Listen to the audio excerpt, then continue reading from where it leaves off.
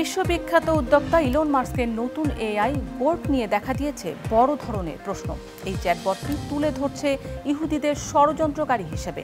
সামাজিক মাধ্যমে উঠেছে সমালোচনার ঝড়, নড়েচড়ে বসেছে প্রযুক্তি বিশ্ব।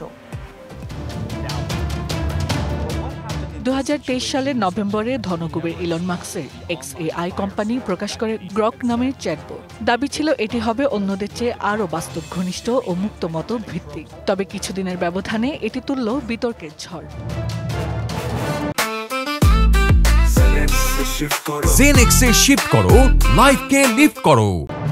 বিভিন্ন আন্তর্জাতিক গণমাধ্যমে উঠে এসেছে এই চ্যাটবট ব্যবহারকারীদের প্রশ্নের জবাবে ভিন্ন ধরনের মন্তব্য করে আসছে। বিশেষ করে ইহুদিবাদী ব্যবহারকারীকে সরাসরি ঘৃণাপূর্ণ মন্তব্য করছে ইলন মাস্কের এই চ্যাটবটটি।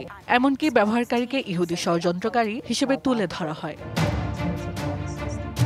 এছাড়া গ্রকের একাধিক পোস্টে দেখা যায় হিটলারকে প্রশংসিত করা হচ্ছে। হিটলারের প্রতি সম্মান জানিয়ে নিজেকে মেখা হিটলার নামে পরিচয় দিচ্ছে এই চ্যাটবটটি।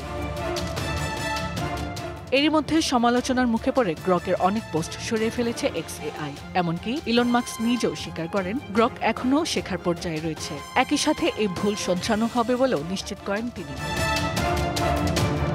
বর্তমানে কিছু সময়ের জন্য তা কেবল ইমেজ তৈরি করছে। বন্ধ রাখা হয়েছে সকল ধরনের টেক্সটের জবাব।